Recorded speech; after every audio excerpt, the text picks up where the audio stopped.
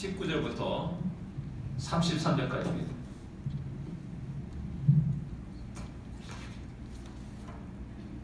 신명기 1장 19절부터 33절까지만 교독하겠습니다. 차츰 제가 19절 읽겠습니다. 우리 하나님 여호와께서 우리에게 명하신 대로 우리가 호렙산을 떠나 너희가 보았던 그 크고 두려운 광야를 지나 아모리 족속의 산지길로 가데스 바네아에 이른 때 내가 너희에게 이르기를 우리 하나님 여호와께서 아모리 족속의 산지에 너희가 이르렀나니 너희가 하나님 여호와께서 이 땅을 너희 앞에 두셨은즉 너희 조상이 하나님 여호와께서 너희에게 이르신 대로 올라가서 차지하라.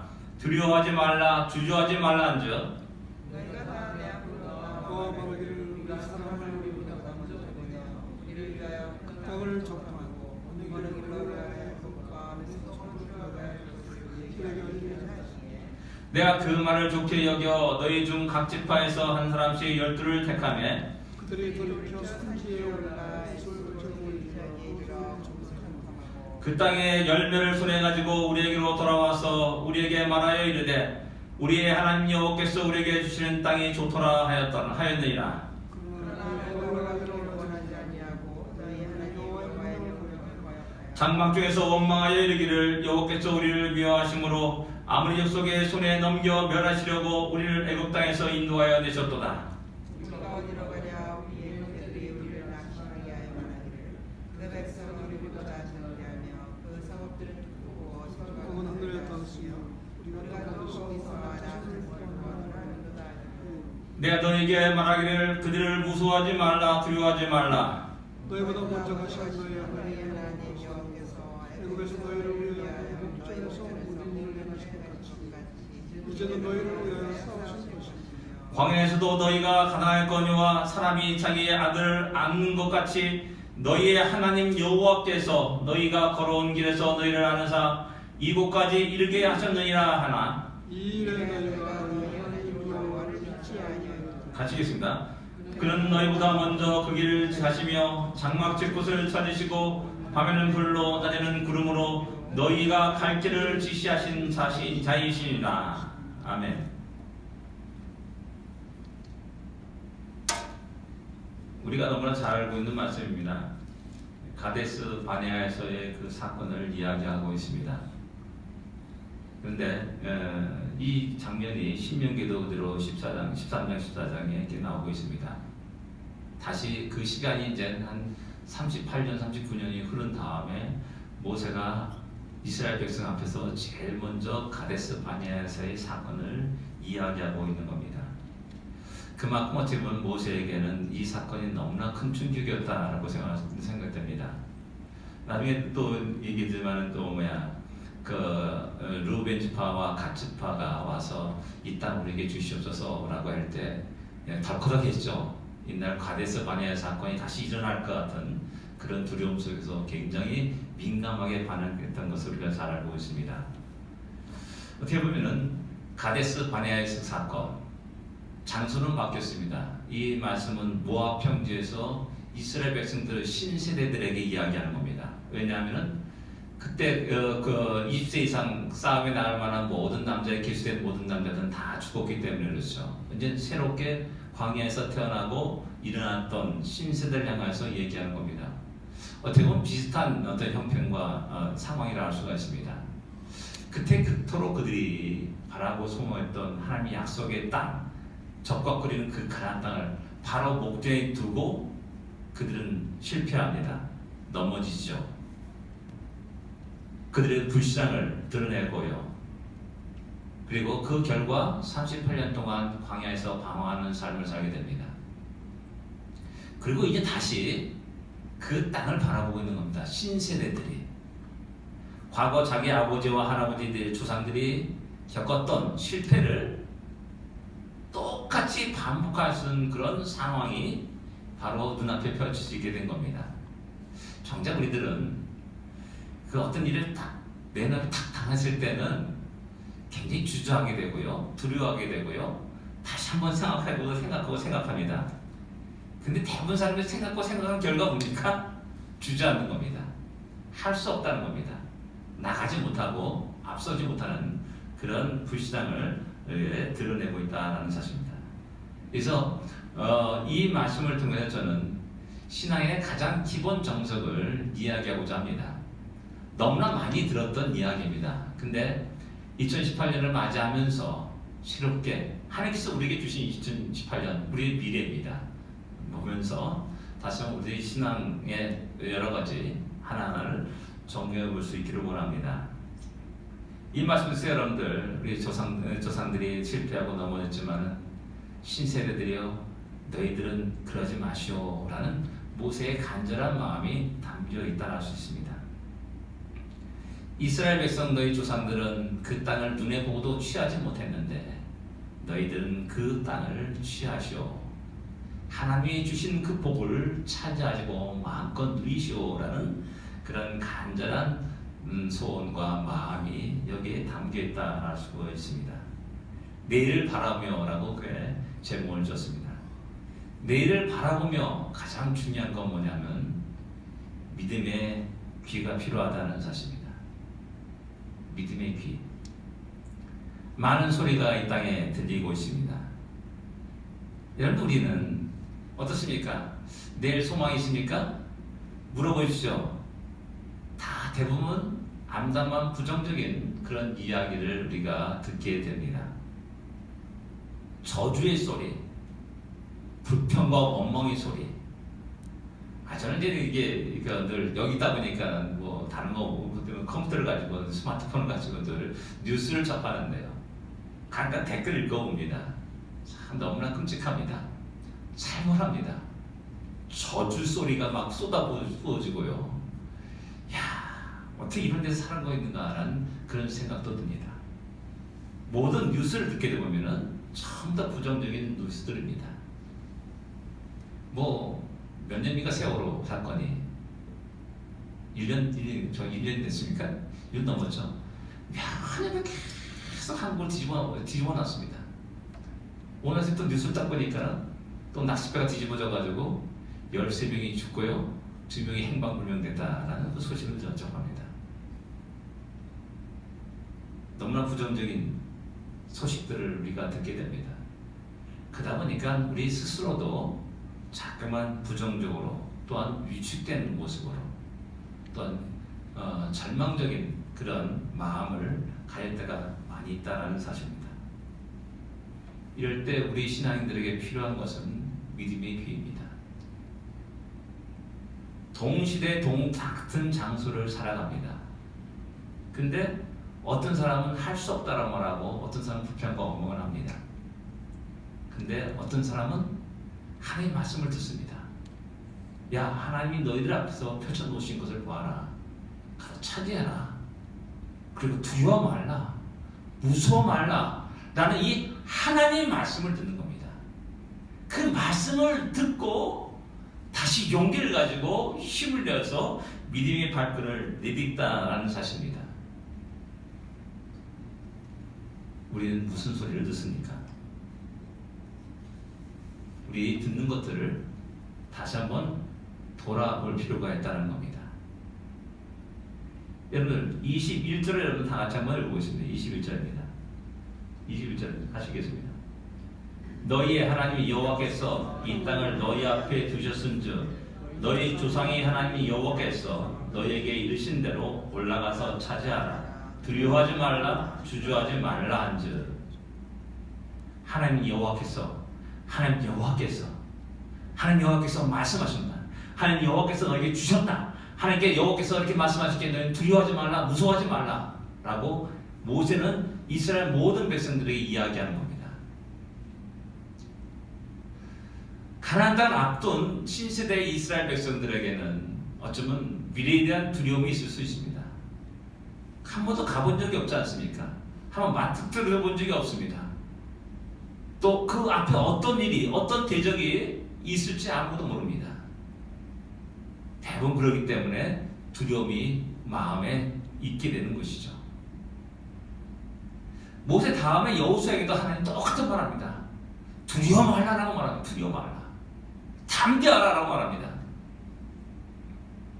오늘 이 시대 우리 모든 신앙들에게 하나님 끝없이 이야기가 뭡니까? 두려워하지 말라. 담대하라. 왜 이 하나님 말씀은 귀를 듣지 아니하고 세상에 유능한 사람, 아주 미래학자들 그런 얘기를 들으면서 우리 스스로가 자꾸만 절망적인 데 빠져들어가야 하는 겁니다. 우대에 들려온 모든 소식들은 거의 대부분 부정적인 겁니다. 끔찍한 겁니다. 절망적인 겁니다. 그리고 아주 깜깜한 어둠의 그런 소식들이 들려지게 됩니다.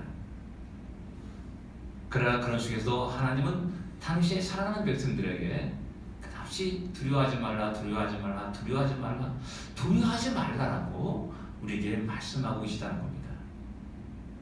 우리가 이 땅에 살아가면서 그 하나님의 말씀을 들을 수 있어야 됩니다. 우리는 그 말씀을 들을 수 있는 귀를 가져야 된다는 사실입니다.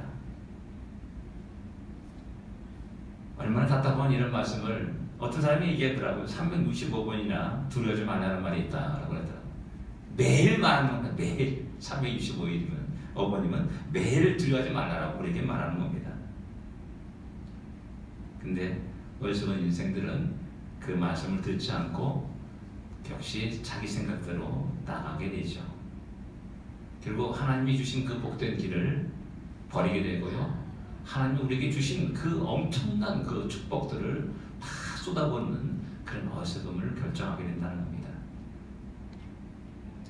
두 번째 우리가 생각하는 것은 믿음의 눈이 있어야 된다는 겁니다. 오늘은 30절 여러분 또 같이 읽어보겠습니다. 30절 같이 읽겠습니다. 너희보다 먼저 가시는 너희 하나님의 여호와께서 애굽에서 너희를 위하여 너희 목전에서 모든 일을 행하신 것이 같이 이제도 너희를 위하여 싸우실 것이요. 33절에 똑같습니다. 33절에 보면 밤에는 불로 낮에는 구름으로 너희가 갈 길을 지시하신 자이시니라.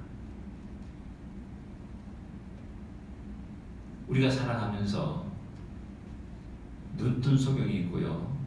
비록 눈은 감았지만은 하나님의 그 놀라운 역사를 갖다가 보고 생활하는 사람이 있습니다.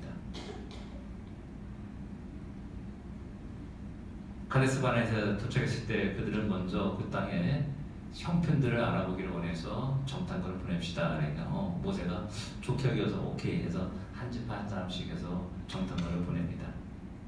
자세하게 알고 가기를 원합니다. 어쩌면 이들에게는 아는 것입니다 라는 이 말을 마음속에 새기고 그래 알아야지 라고 하면서 정탐꾼을 보냈을 것이라 생각됩니다. 근데요 하나님 알고 들어온 걸 아세요? 아는 것이 병이다 라는 말도 있습니다. 안타깝게도 아는 것이 힘이다 라는 그 말뿐만 아니라 무식이 당대하다 라는 말도 있다는 사실을 우리는 잘 알고 있습니다. 그만큼 우리는 연약한 존재들입니다. 알면 모든 것을 알 수 있고 모든 것이 잘 될 것 같은데 이상하게 알면 할수록 힘들어지는 겁니다. 따지면 따질수록 점점 내가 못하는구나, 내 능력이 바깥이구나 라는 것들을 발견하고 주저앉게 된다는 사실입니다. 정탐꾼들이 40일 동안 정탐하고 나서 여러가지 가나안 땅 여러가지 수확들을 가져오게 되죠. 그리고 말합니다. 진정 그 땅은 하나님 말씀대로 적과 꾸리는 땅이었습니다. 그러나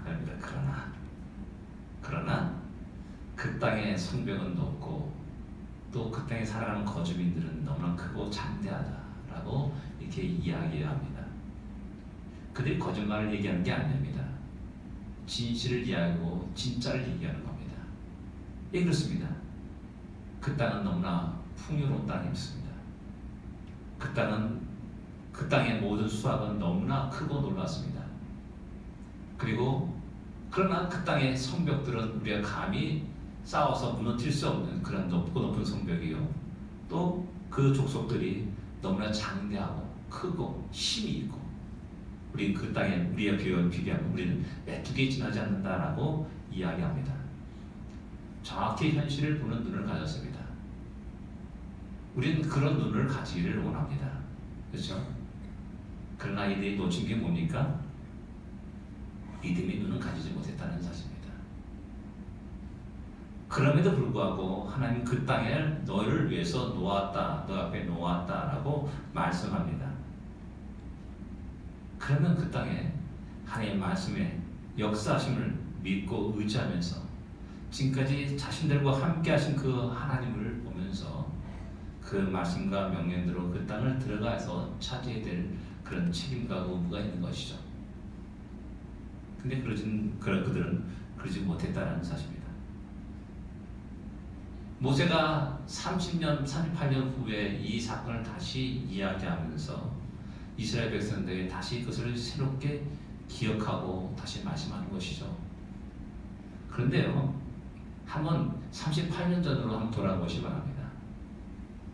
그들이 가나스 바나에서 있었던 그 사건이 출애굽한 지 몇 년이 흘렀습니까? 한 20년 흘렀습니까? 아니지 않습니까? 한 1년 6개월 정도 걸린 그런 상황입니다. 출애굽할 때 그 사건이 너무나 생생하게 그들이 머릿속에 기억이 남아있는 그런 때입니다. 이스라엘 모든 사람들이 하나님의 역사심을 보았습니다. 장자가 죽음을 당하는 것도 보았고요. 흑암의 권세가 그 애굽 땅을 갖다 뒤덮는 것도 보았고요. 또 오박이 내려서 모든 초목들 갖다 싹 해치는 그런 놀라운 일도 그들은 직접 보고 경험했습니다. 그뿐만이 아니지 않습니까?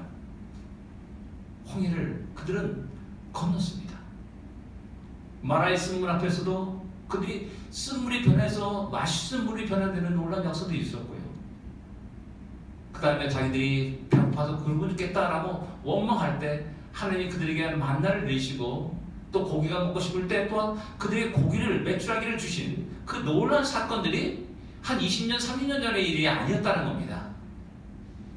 개껏 1년, 어떤 사건은 바로 몇 개월 전에, 1, 2개월 전에 있었던 사건들이었습니다.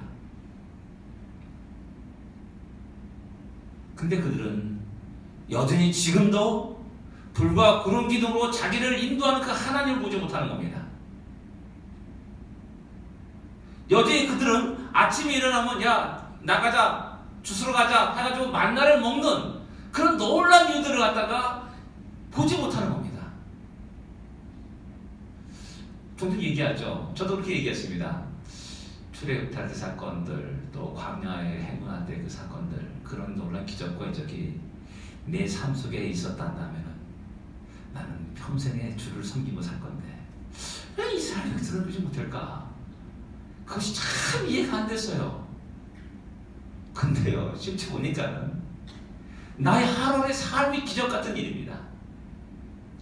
나의 하루의 삶이 하나님이 공급하시는 하나님 놀라운 은혜라는 사실을 가만히 잊어버리는 겁니다.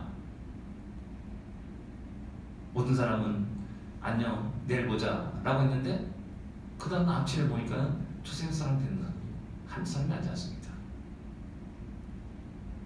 야 낚시하러 갑시다. 야 내가 이만한 걸 저러 가지고 당신한테 안겨줄 거야 하고 낚싯배 타고 떠났습니다. 근데요 다 돌아왔습니까? 아니에요. 저는 군대에서 이것을 갖다가 좀 몇 번 경험한 적이 있는데 제 동기가 한 명이 지금 국립묘지에 있습니다. 5명이 탔습니다. 5명이 탔는데 내 동기 한 명만 죽었습니다. 잘 불렀죠. 다 다르더라고요. 모든 사람이 야 저는 군대 갔으니까 좀 한 1년 있으면 제대해가지고 좀 행복하게 살 거다. 모든 사람이 그렇게 생각했습니다. 그런데요 부모에게 옮기기보다는 저 현충원에 가서 지금 잠들고 있는 겁니다. 그러고 보니까는 내가 하루하루 살아가는 그 자체가 기적이라는 겁니다.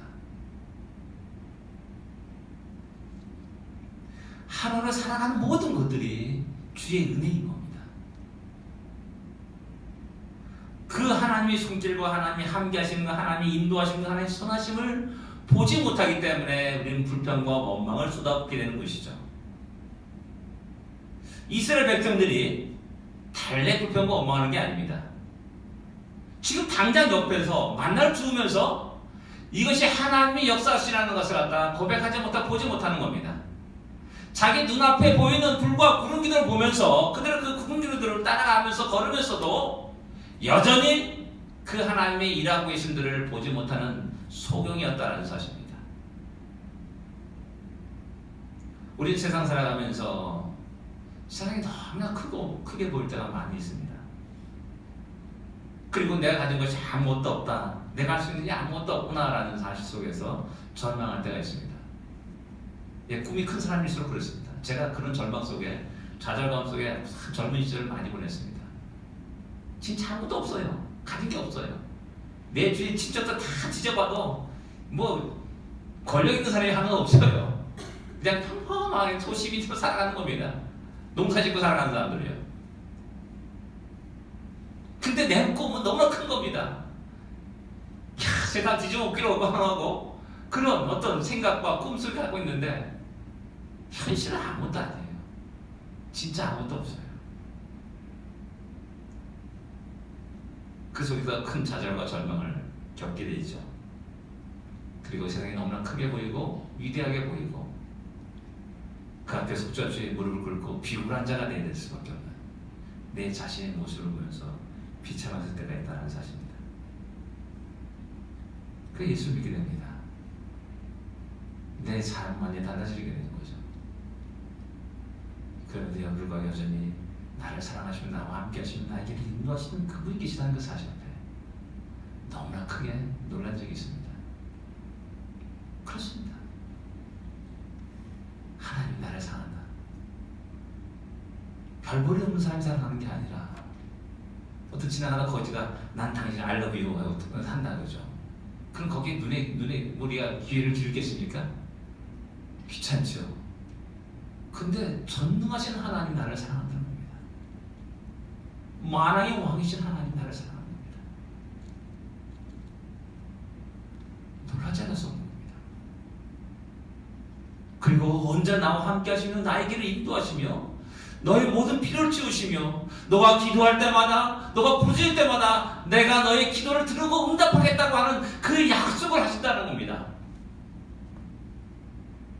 그리고 여전히 하나님께서 나를 위해서 일하십니다. 내가 보이지 않는 그곳에서 일을 하십니다. 나의 시선이 감당하지 못하는 그 한계 밖에서도 나를 위해서 일하고 계신다는 사실입니다. 이런 믿음의 눈을 가질 때 우리가 이 땅에서 주의 영광을 위해서 담대하게 변함없이 그 믿음의 길을 걸으면서 살아갈 수가 있는 겁니다. 이 믿음의 눈이 없으면은 우리는 언제나 세상에 굴복합니다. 물을 꿀 수밖에 없습니다. 그리고 언제나 우리의 마음은 우울증에 빠져버리죠. 좌절감에 빠지게 되고요. 그렇게 되는 겁니다. 우리 신앙생활하면서 늘 언제나 우리 앞에 내일의 아름다운 모습이 하나님을 위해서 우리를 위해서 펼쳐놓으십니다. 그걸 차지한 자, 못 차지한 자는 간단한 겁니다.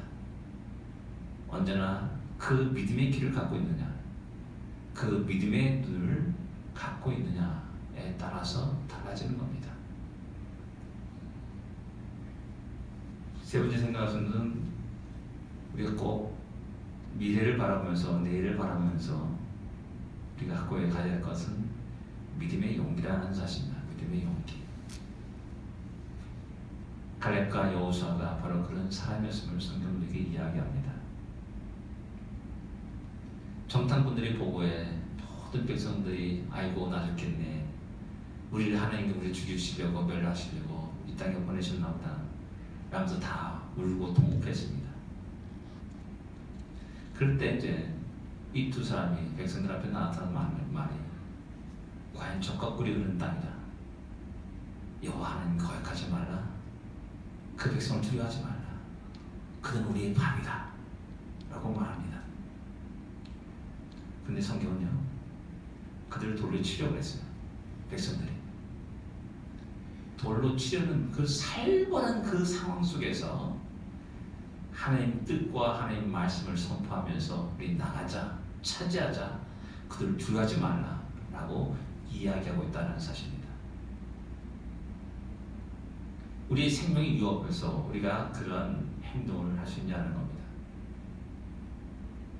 실제적으로 우리의 삶은 그렇지 못하다는 사실을 우리는 쉽게 발견하게 됩니다. 갈렙과 여호수아 이 사람은 믿음을 그대로 삶 속에 보여준 사람입니다. 말로만 믿는다 하는 사람이 아니었다는 겁니다. 믿었을 때 믿는다 한다면은 가장 어려운 속에서 기뻐하며 감사할 수 있어야죠.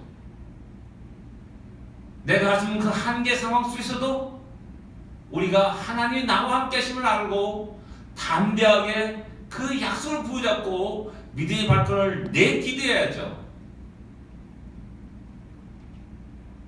근데 사람들은 야, 난 알아. 안다는 것입니다. 이거 쭉 얘기하면 나도 알아. 왜 너무나 이렇게 말하지 않습니까? 아는 뭐입니까? 들으면 뭐합니까? 보면 뭐합니까? 다시 용기를 가지고 그 말씀대로 그대로 하나의 행동을 액션을 취하는 우리의 신앙이 되지 않냐는 겁니다. 좋은 환경 속에서만 액션을 취하는 것이 아니라 가장 위험한 상황 속에도 액션을 취할 수 있어야 된다는 겁니다.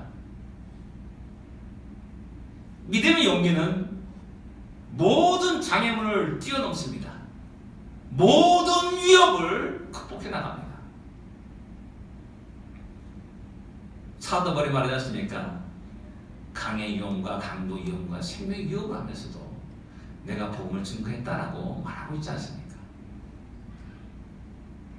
신약성경에 보면 문둥병자가 주님을 찾아옵니다.